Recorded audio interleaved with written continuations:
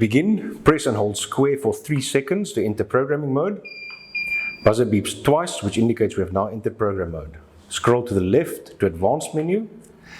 Press and release square to enter. Scroll to the right to gate speed. Press and release square. You've now entered the gate speed menu. At the first option, you can set the close and open speed simultaneously. Scroll to the right. You can set the close speed individually. If you scroll to the right, we can set the open speed individually. We will do this now. Press and release square. You can see currently it's set at the maximum speed of 28 meters a minute. We will scroll to the left to reduce the speed.